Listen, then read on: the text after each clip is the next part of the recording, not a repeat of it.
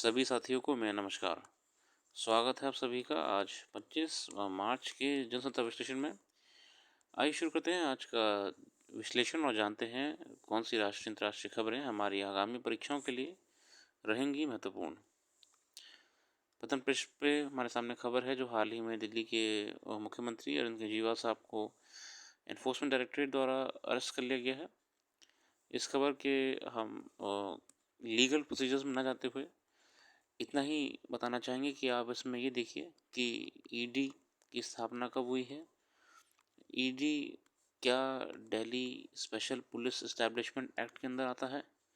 हाँ, तो फिर ये एक्ट क्या है? आप ये देखिए कि ईडी कौन सी मिनिस्ट्री को रिपोर्ट करती है और ईडी के हेड कौन होते हैं, ईडी के हेड का टेन्योर कितना होता है, वगैरह वगैरह। ठीक है, बाकी जो पॉलिटिकल खबर है उसमें जाइएगा आप सिर्फ अपने पॉलिटिकल साइंस के मुद्दे पर रहिएगा, पॉलिटी के मुद्दे पर। ठीक है,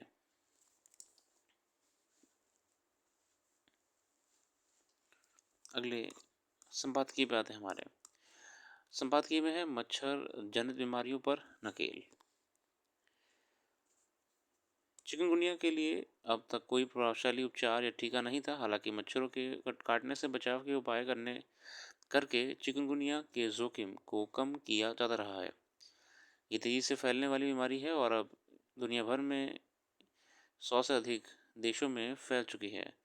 पिछले 15 वर्ष में चिकनगुनिया के मामले में अभूतपूर्व वृद्धि हुई है। 2008 से अब तक चिकनगुनिया के कम से कम 50 लाख मामले सामने आए हैं। जलवायु परिवर्तन की वजह से मच्छरों के लिए अनुकूल वातावरण मिल रहा है, जिससे उनके प्रसार में वृद्धि हो रही है। देखिए, हम जानते हैं कि अब मौसम भी आपका ऐसा आ रहा है कि मच्छर बहुत सारे बढ़ रहे हैं। इसीलिए पहली बात तो हमें प्रिवेंशन करना चाहिए। हमें प्रिवेंशन ऐसे करना चाहिए कि हम पूरे आस्तीन की शर्टें पहने, हम पूरे लेंथ के पजामे पहने, ताकि हम थोड़ा सा प्रयास कर सकें कि हम बचें कि मच्छर हमें काटे। इसके अलावा मच्छर के काटने से बहुत सारी बीमारियां भी हो जाती हैं।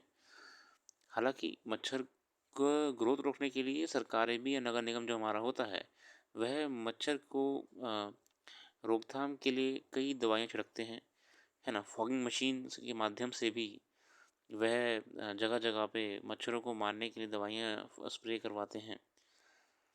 क्योंकि ये समस्या बहुत बड़ी है कि मच्छरों द्वारा जो हमको रोग हो रहे हैं,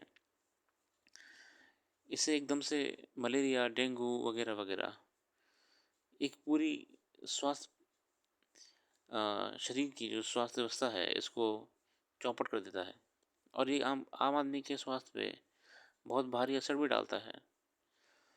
आगे देखते हैं, चिकनगुनिया, डेंगू और जीका विषाणु एडीज मच्छरों के काटने से फैलते हैं।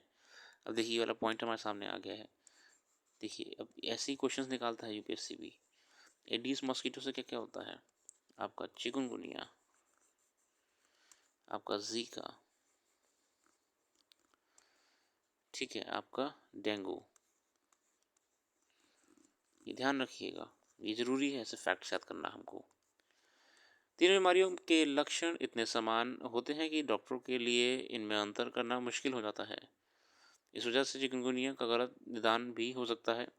इसे कई कारण हो सकते हैं, जिनमें से कुछ प्रमुख कारण है रोगी के लक्षणों का सही ढंग से वर्णन ना करना। चिकनगुनिया का प्रसार रोकने के लिए मच्छरों के काटने से बचाव के उपायों के साथ साथ इसका टीका यानी वैक्सीन विकसित करना भी अत्यंत आवश्यक माना जा रहा है। यह टीका 18 वर्ष और उससे अधिक वर्ष उम्र के लोगों के चिकनगुनिया के खिलाफ 98% प्रभावी है।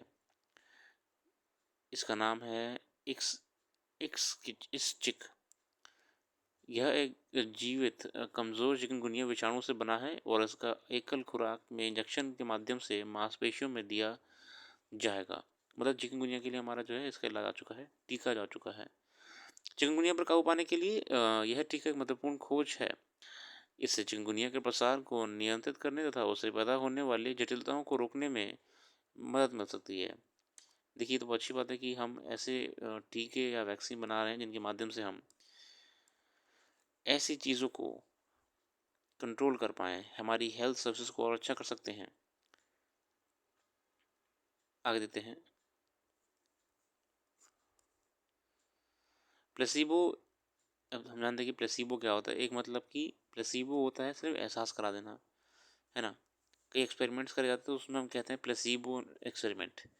प्लेसिबो क्या होता है, थोड़ा आपको मैं एग्जांपल दूँ तो डॉक्टर क्या होता है, मान लीजिए कि उसको लग रहा है कि आप तो कोई बीमारी नहीं है, मगर आप बोलो नहीं मुझे बीमारी है, तो प्लेसिबो क्या कहता है, जो प्लेसिबो आपका तरीका होता है, इसमें क्या होगा ना, डॉक्टर आपको दवाई देगा, बिल्कुल देगा, और आपसे बोलेगा कि इस दवाई में ये दवाई खा लो ठीक हो जाओगे तुम एकदम से। हालांकि उस दवाई में ना कोई सॉल्ट होगा ना कुछ होगा, वो दवाई बिल्कुल ब्लैंक होगी। प्लेसिबो कहते हैं कि आधा ज़्यादा काम तो हमारा दिमाग से ही हो जाता है।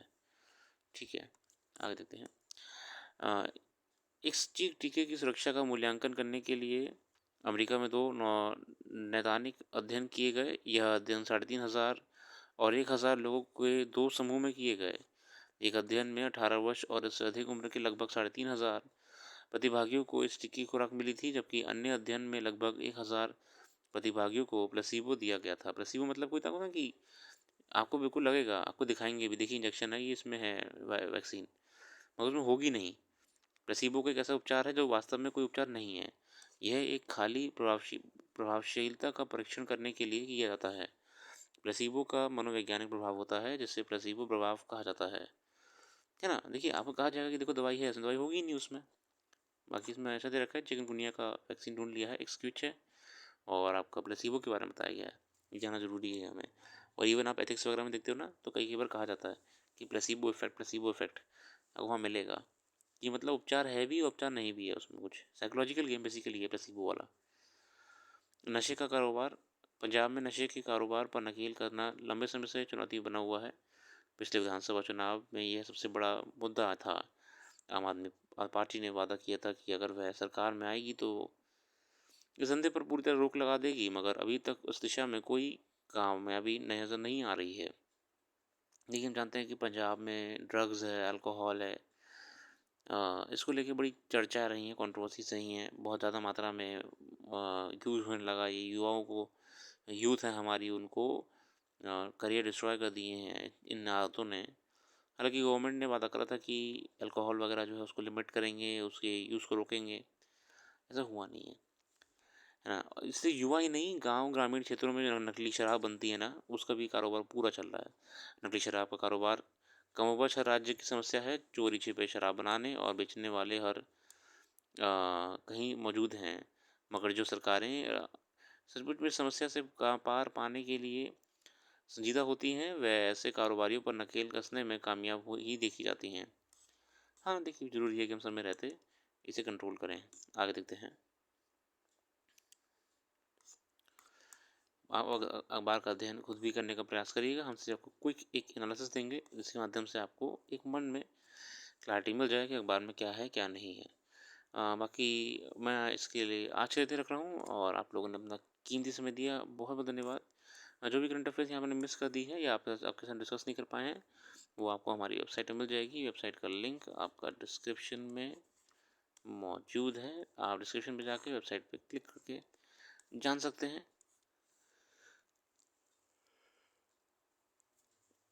बची हुई करंट अफेयर्स के बारे में। कल फिर आते हैं एक नई वीडियो के साथ। आप सबको होली की हार्दिक शुभकामनाएं, और खुश रहिए, मस्त